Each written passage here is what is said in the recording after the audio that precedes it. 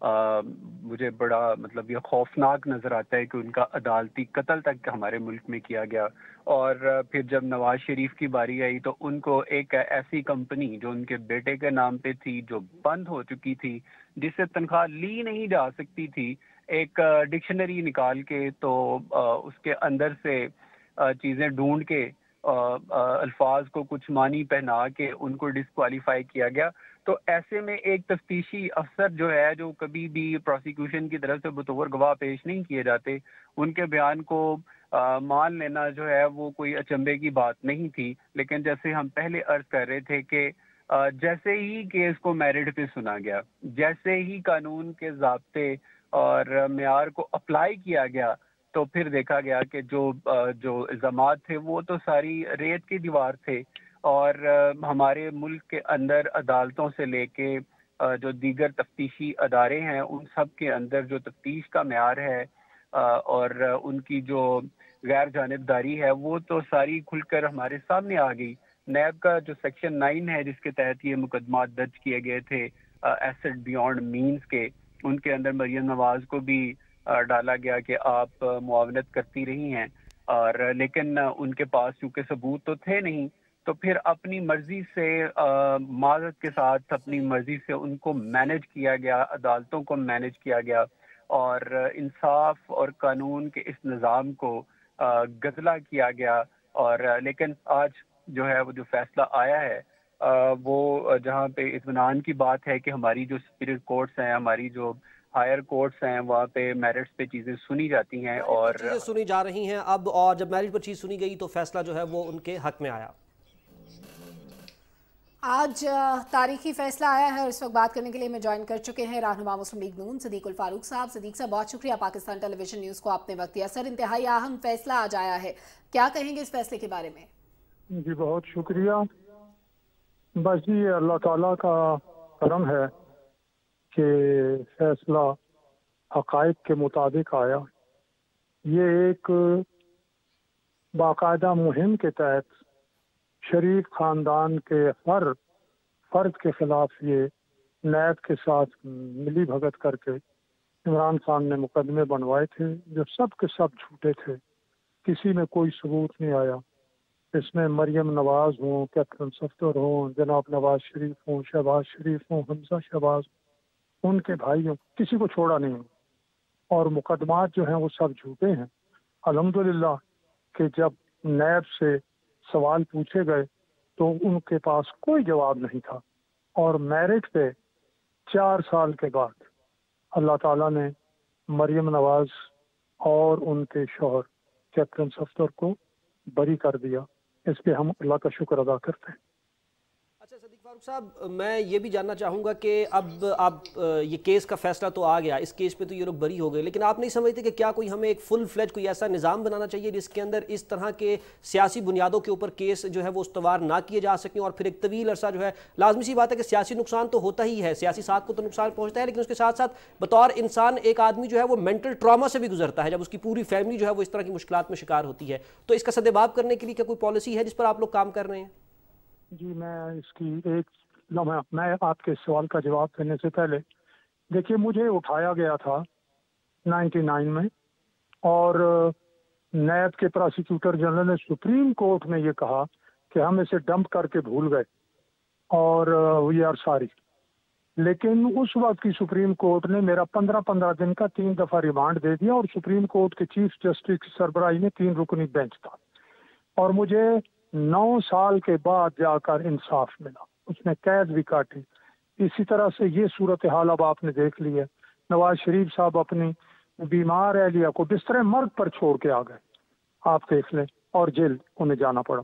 تو میں یہ سمجھتا ہوں کہ جب تک پورا ایک قومی اتفاق رائے نہ ہو جائے، تمام پولیٹیکل پارٹیز اس معاملے پہ اکٹھی نہ ہو جائیں کہ آئندہ آئین اور قانون کی خلاف ورزی کسی صورت میں برداشت نہیں کی جائے گی، اور آئین اور قانون کا تسلسل اس ملک کے لیے جو ہے وہ ناگزیر بنا دیا جائے گا، کیونکہ یہ اس ملک کے لیے آب حیات ہے.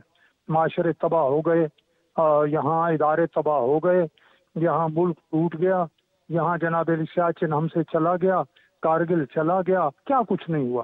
تو جو آپ نے سوال اٹھایا ہے اس کے لیے پوری قوم کو متفق ہونا پڑے گا, اور ایک مرتبہ پھر اس حوالے سے ہمیں ٹھوس فیصلہ کرنا ہوگا. جو 4-5 بنیادی نکات ہیں, آئینی تسلسل میں نے عرض کیا, قانون کی حکمرانی, معیشت, خارجہ امور اور اس سے ریلیٹڈ اور جو ضروری چیزیں ہیں, ان پر قومی اتفاق رائے ضروری ہے. قومی اتفاق رائے ضروری ہے, بالکل صدیق صاحب آپ نے درست فرمایا. سر اگر اس اسپیسیفک فیصلے کی بات کریں تو جس ادارے نے الزام لگایا وہ ثابت نہ کر سکا, کیا اس کے لیے بھی کوئی میکانزم نہیں بننا چاہیے کہ آئندہ اس طرح سے سیاسی بنیادوں پر کسی کو ٹارگٹ نہ کیا جائے؟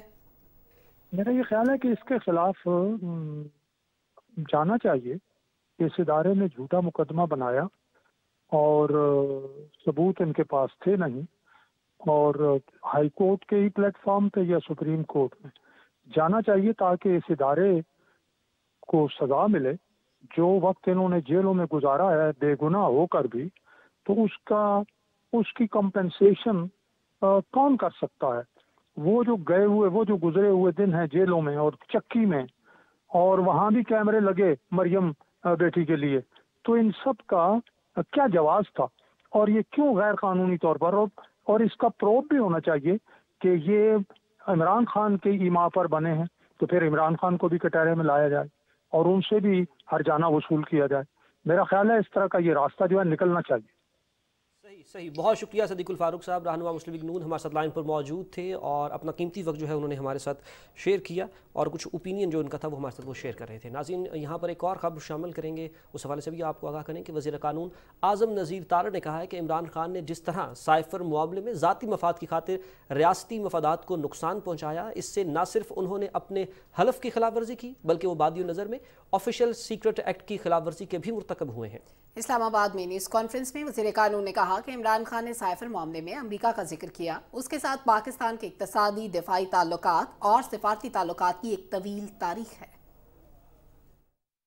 جب آپ ہائی کانسٹیٹیوشنل آفیسرز میں ہوتے ہیں, آپ کو پولیٹیکل پوائنٹ سکورنگ سے زیادہ, آپ کو سیاسی مفاد سے زیادہ, آپ کو اپنے مفاد سے زیادہ آپ کا حلف پابند کرتا ہے, آئین پاکستان پابند کرتا ہے کہ آپ فیصلے وسیع تر ملکی مفاد میں کریں, نہ کہ ایسے فیصلے کریں جن کی وجہ سے ریاست پاکستان کو بین الاقوامی سطح پہ کسی شرمساری کا سامنا کرنا پڑے. حکومت پاکستان اس مسئلے پہ بالکل مزید تحقیق کرنا چاہے گی اور یہ فیصلہ کیا جائے گا کہ اس پہ جو آئینی اور قانونی آپشنز ہیں وہ بھی ایکسرسائز کی جائیں, تاکہ آئندہ سے کوئی بھی شخص کسی بھی آفس میں بیٹھ کے قومی سلامتی کے اس طرح سے جو سینسٹیو ایشوز ہوتے ہیں ان پہ اپنی رائے مسلط کر کے معاملات کو اس طرح سے ایکسپوز نہ کرے کہ اس میں ریاست کا نقصان ہو. مشیر برائے امور کشمیر و گلگت بلتستان قمر زمان کائرہ نے کہا ہے کہ تحریک انصاف کی حکومت نے اپوزیشن کو اپنے انتقام کا نشانہ بنایا. مخالفین کے پاس ہمارے خلاف کوئی ثبوت ہیں تو سامنے لائیں. کھاریا میں تقریب سے خطاب کرتے ہوئے قمر زمان کائرہ نے کہا کہ جمہوریت ایک لچکدار نظام ہے, یہ غلطیاں ایک حد تک برداشت کرتا ہے, فیصلے مل جل کر ہوتے ہیں, لیکن عمران خان کہتے ہیں سارے فیصلے میں کروں گا. خان صاحب نے پورا ایک سازش کا بیانیہ کھڑا کیا. آپ کو یاد ہے نا, انہوں نے کہا کہ جناب وہ ایک سائفر آیا ہے, پھر خط نکالا یوں کر کے جیب سے, دکھایا نہیں یوں کر کے کہ یہ وہ خط ہے. اس خط میں کیا لکھا تھا یہ ساری قوم کو آپ نے بار بار پڑھایا ہے, لیکن کل اس خط کی اصلیت خود خان صاحب کی اپنی زبان سے اور ان کے سیکٹری کی زبان سے اس قوم کے سامنے آ گئی. اس خط کے اندر جو لکھا تھا ہم بار بار کہتے تھے, اور خان صاحب کی موجودگی میں وزیر اعظم تھے عمران خان صاحب, اور انہوں نے 2 میٹنگیں کی ہیں نیشنل سیکیورٹی کی, جس میں army, navy, air force, ISI, باقی ساری ایجنسیوں کے نمائندے اور حکومت کے نمائندے بیٹھتے ہیں. یہ عمران خان صاحب کے دور میں 2 میٹنگیں ہوئیں.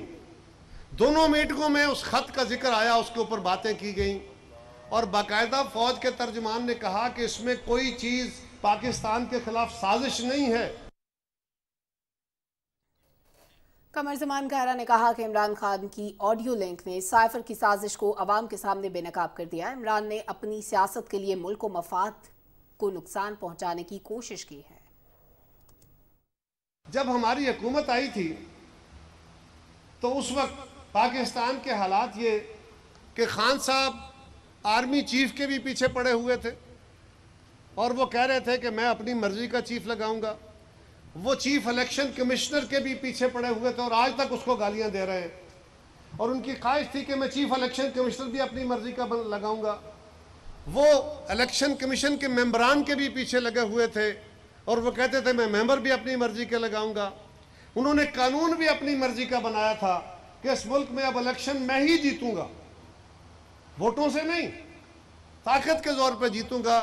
اور عمران خان وہی ہے نا, جس دن عمران کی حکومت ختم ہوئی اس دن عمران کا ٹکٹ لینے والا کوئی نہیں تھا. وفاقی وزیر میاں جاوید لطیف نے کہا ہے کہ عمران خان اپنی سیاست بچانے کے لیے ریاست کی قربانی دینا چاہتے ہیں. آڈیو لیک کا معاملہ انتہائی سنجیدہ ہے, اس کا سختی سے نوٹس لیا جائے. اسلام آباد میں نیوز کانفرنس کرتے ہوئے میاں جاوید لطیف نے کہا ہے کہ عمران خان نے اپنے دور اقتدار میں اداروں کو کمزور کرنے کی سازش کی ہے. عمران خان بار بار ریاست سے غداری کا مرتکب ہو رہا ہے. انہوں نے کہا کہ تحریک انصاف کی حکومت نے ملک کی معیشت کو بری طرح متاثر کیا. بار بار آڈیو ویڈیو کا تذکرہ ہو رہا ہے. یہ ایک انتہائی سنگین معاملہ ہے اور جس پر ریاست کو بھی, حکومت وقت کو اس کا سنجیدگی سے نہ صرف نوٹس لینا چاہیے بلکہ جو کمیٹی بنی ہے وہ کسی منطقی انجام تک پہنچے اور پھر جو وہ پرپوز کرے, جو وہ فیصلہ کرے, اس پر عمل درآمد بھی یقینی ہونا چاہیے تاکہ اس طرح کے سنگین جرائم ریاست میں دوبارہ نہ ہو سکیں.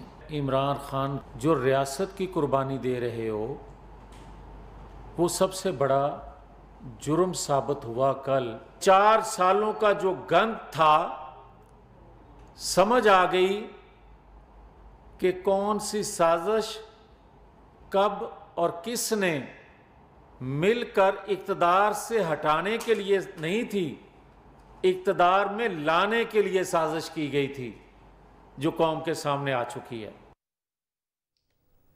وفاقی وزیر برائے منصوبہ بندی اور ترقی اور deputy chairman NFRCC Ahsan Iqbal نے کہا ہے کہ سیلاب سے بڑے پیمانے پر تباہی ہوئی. مسلح افواج نے اپنے وسائل بروئے کار لاتے ہوئے امدادی کارروائیوں میں بڑھ چڑھ کر حصہ لیا. صوبائی حکومتیں امدادی کارروائیوں کی سربراہی کر رہی ہیں. پسماندہ ترین علاقے شدید متاثر ہوئے. اسلام آباد میں میڈیا اینکر پرسنز کے NFRCC کے دورے کے موقع پر وفاقی وزیر احسن اقبال نے غیر ملکی امدادی کارروائیوں سے متعلق اینکر پرسنز کو آگاہ کیا. انہوں نے کہا کہ موسمیاتی تبدیلی غیر معمولی بارشوں کا موجب بنی, سیلاب سے بڑے پیمانے پر تباہی ہوئی. قدرتی آفات موسمیاتی تبدیلی کا مظہر ہیں جس سے نمٹنے کے لیے مستقبل کی منصوبہ بندی کر رہے ہیں.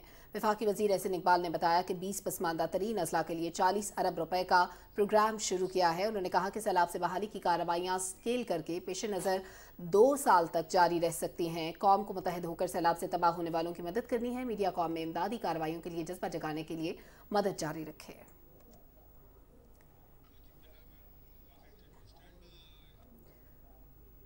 وزیر خارجہ بلاول بھٹو زرداری نے عالمی برادری سے امداد اور اداروں سے قرضوں میں فوری ریلیف کی اپیل کرتے ہوئے کہا ہے کہ سیلاب سے 30 ارب ڈالر سے زیادہ کا نقصان ہونے کا خدشہ ہے.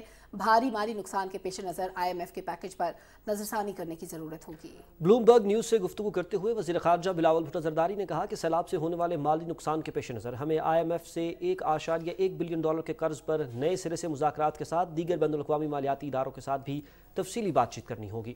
انہوں نے کہا کہ پاکستان موسمیاتی تبدیلیوں سے سب سے زیادہ متاثر ہونے والا 8واں ملک ہے. سیلاب کے باعث 1500 سے زائد افراد جاں بحق, لاکھوں افراد بے گھر اور 40 لاکھ ایکڑ سے زائد فصلیں تباہ ہو چکی ہیں. انہوں نے کہا کہ عالمی کاربن فٹ پرنٹ میں پاکستان کا حصہ صرف 0.8% ہے. گلوبل وارمنگ کے ذمہ دار ممالک کو ہماری مدد کرنی چاہیے.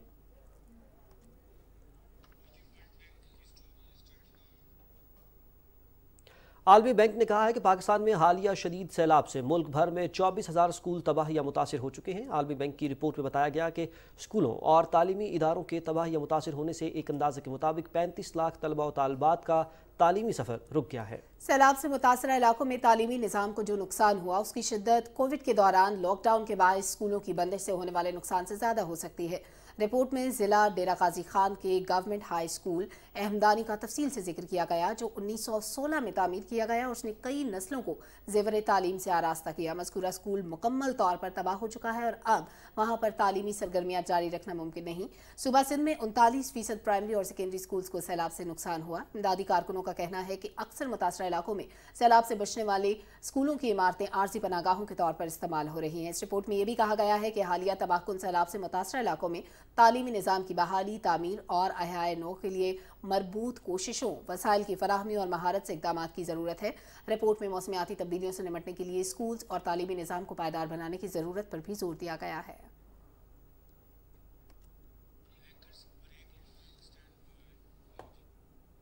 کچھ دیگر اہم سٹوریز پر بات ہوگی، لیکن ایک بریک کے بعد ساتھ رہیے گا۔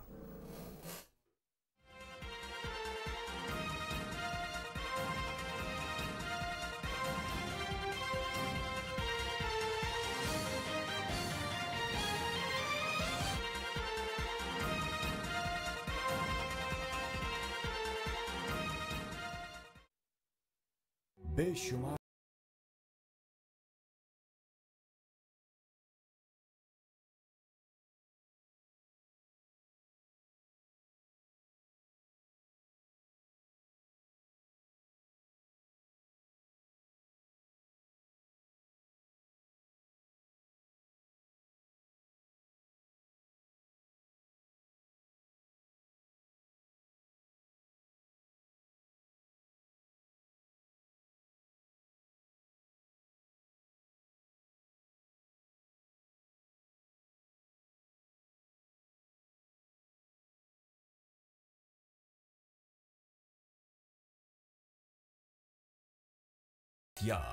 دل کھول کر وزیر اعظم ریلیف فنڈ میں جمع کرائیں، فریاد سنیں، ہمدرد بنیں۔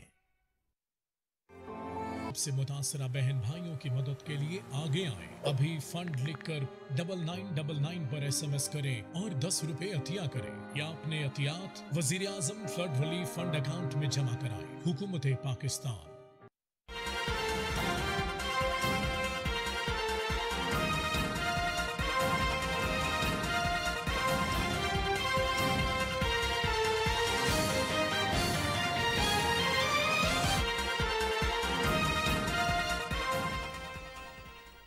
ناظرین، آج دل کے امراض سے آگاہی سے متعلق دن منایا جا رہا ہے اور صدر مملکت ڈاکٹر عارف الوی نے کہا ہے کہ احتیاط علاج سے بہتر ہے۔ متوازن غذا اور ورزش کے ساتھ ایسا طرز زندگی اپنایا جائے جس سے ہم ذہنی دباؤ کا شکار نہ ہوں۔ اسلام آباد میں عالمی یوم قلب کے موقع پر تقریب سے خطاب کرتے ہوئے صدر مملکت نے کہا کہ ڈاکٹرز ہمارے معاشرے کا اہم حصہ ہیں۔ طب کے شعبے میں انسانی ہمدردی کا عنصر لازم و ملزوم ہے۔ دل کے امراض میں اضافے کی ایک بڑی وجہ ذہنی دباؤ ہے۔ اس کے لیے ضروری ہے کہ ہم مثبت طرز عمل اپنائیں۔ انسان کو کچھ چیزوں کی طرف راغب کرنا مشکل ہے، اس کی ریپیٹیشن ہونی چاہیے، تو لہٰذا پریونشن ایسی چیز ہے جس کو بار بار کہنا پڑتا ہے، اچھے انداز سے کہنا پڑتا ہے، کمیونیکیشن سکلز کے ساتھ کہنا پڑتا ہے۔ پاکستان ایک ڈیولپ کنٹری نہیں ہے، لہٰذا اس کے لیے ہمیشہ بڑا مشکل ہوگا کیوریٹیو انداز سے ہر بیماری کو دیکھنا۔ اس کے لیے پریونشن بے انتہا ضروری ہے۔ اپنے سٹریس کا مقابلہ کرو۔ اس قوم کے لیے بے انتہا ضروری ہے کہ اپنے ڈائٹ کا سپریڈ جو ہے وہ اچھا کرے۔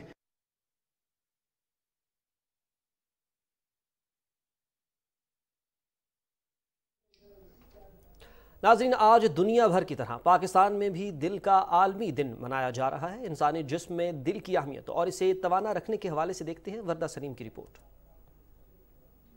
دل وہ شے ہے جس کے ذکر سے شاعروں نے دیوان بھر دیے، اور جب یہی دل عارضے میں مبتلا ہو تو انسان عالمی پریشانی میں مبتلا ہو جاتا ہے۔ دل کے مریضوں کی تعداد میں اضافہ اس وقت پورے دنیا میں ایک بڑا مسئلہ بن چکا ہے۔ ورلڈ ہارٹ ڈے منانے کا مقصد لوگوں کو دل کی بیماریوں سے بچاؤ کے لیے آگاہی دینا ہے۔ پاکستان میں بھی چند برسوں سے دل کے مریضوں کی تعداد میں بے پناہ اضافہ ہوا ہے۔ روبوٹ کی طرح کام کرتا ہوا یہ انسان اتنا مصروف ہے کہ اس کے پاس اپنے لیے وقت ہی نہیں۔ یہ دل کی تکلیف ہے، اس سے بچا جا سکتا ہے۔ سگریٹ، حقہ، پان، تمباکو، نسوار، شیشہ، جس مرضی چیز کا استعمال کر لیں، وہ ساری کی ساری چیزیں دل کی نالیوں کے لیے اور جسم کی باقی نالیوں کے لیے خطرناک ہے۔ پنجاب انسٹیٹیوٹ آف کارڈیالوجی میں تقریباً روزانہ 1000 مریض ایمرجنسی میں آتا ہے، تقریباً روزانہ 3000 مریض آؤٹ ڈور میں آتا ہے اور تقریباً 2 سے 2500 لوگوں کو ہم روزانہ ادویات مفت فراہم کرتے ہیں۔ ایک اندازے کے مطابق پاکستان میں 40 برس سے زائد افراد دل کے کسی نہ کسی عارضے میں مبتلا ہیں،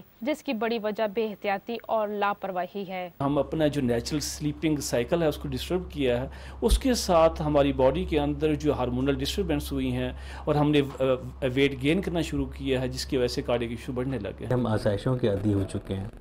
ہمیں فوری ضرورت اس بات کی ہے کہ اپنا لائف سٹائل بدلیں، متوازن غذا لیں اور ورزش کو اپنا معمول بنائیں۔ ورلڈ ہارٹ فیڈریشن کے مطابق عالمی دن منانے کا مقصد ان وجوہات کی نشاندہی کرنا ہے جو دل کی بیماریوں کا باعث بنتے ہیں اور ان سے بچاؤ سے متعلق عوام میں شعور اجاگر کرنا ہے۔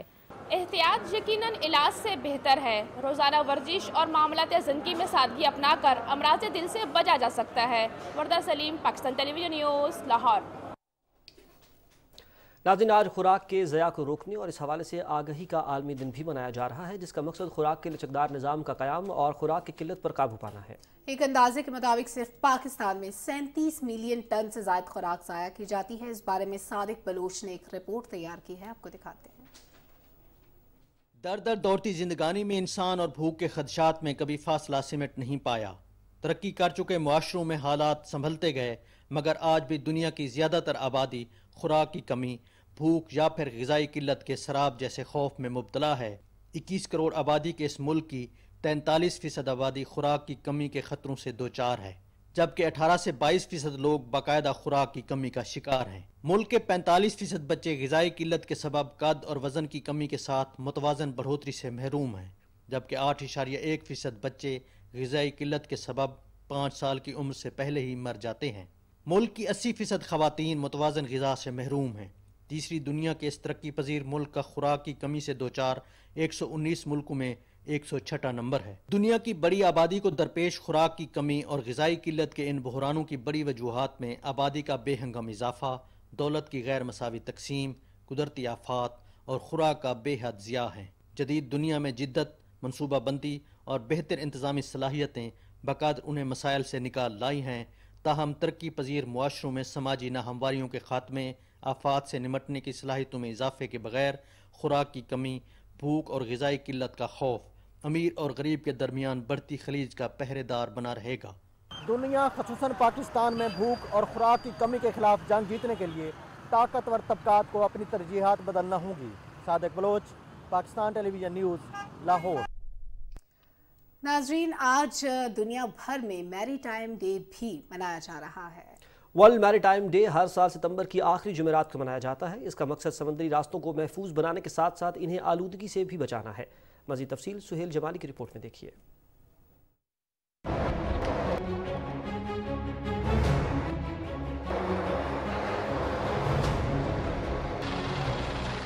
دنیا بھر میں بین الاقوامی تجارت، معیشت اور اقتصادی سرگرمیوں کا زیادہ تر انحصار سمندری راستوں کے استعمال اور جہاز رانی پر ہے۔ میری ٹائم کا عالمی دن منانے کا مقصد سمندروں کی اہمیت، اس کے وسائل کے بہتر استعمال اور سمندری تجارت کو محفوظ تر بنانے کے لیے نئی ٹیکنالوجی کو بروئے کار لانے سے متعلق آگاہی پیدا کرنا ہے۔ اللہ تعالیٰ نے پاکستان کو تقریباً 1100 کلومیٹر طویل ساحل سے نوازا ہے۔ ملکی معیشت کے فروغ میں بھی پاکستانی بندرگاہوں اور جہاز رانی کا اہم کردار ہے۔ دنیا بھر کی طرح پاکستان میں بھی سمندری آلودگی ایک سنگین مسئلہ ہے، جس سے نمٹنے کے لیے بحری امور کی وزارت، پاک بحریہ، پاکستان میری ٹائم سیکیورٹی ایجنسی اور دوسرے متعلقہ ادارے اپنی بھرپور کاوشیں کرتے ہیں۔ ضرورت اس امر کی ہے کہ ساحلی ممالک سمندر میں تیل کی رساؤ کی روک تھام، بندرگاہوں کی صفائی، ساحلی علاقوں میں مینگرووز کی شجرکاری اور سمندری ماحولیات کو بہتر بنانے کی کوششیں تیز کریں تاکہ سمندروں سے انسانیت کو زیادہ سے زیادہ فوائد پہنچائے جا سکیں۔ سہیل جمالی، پاکستان ٹیلی ویژن نیوز، کراچی۔ ناظرین، اس رپورٹ کے ساتھ ہی نیوز ایٹ 6 شو کا وقت جو ہے وہ ختم ہوا ہے۔ فی الوقت اتنا ہی۔ مزید کسی بھی خبر یا اپڈیٹ کے لیے دیکھتے رہیے پاکستان ٹیلی ویژن نیوز۔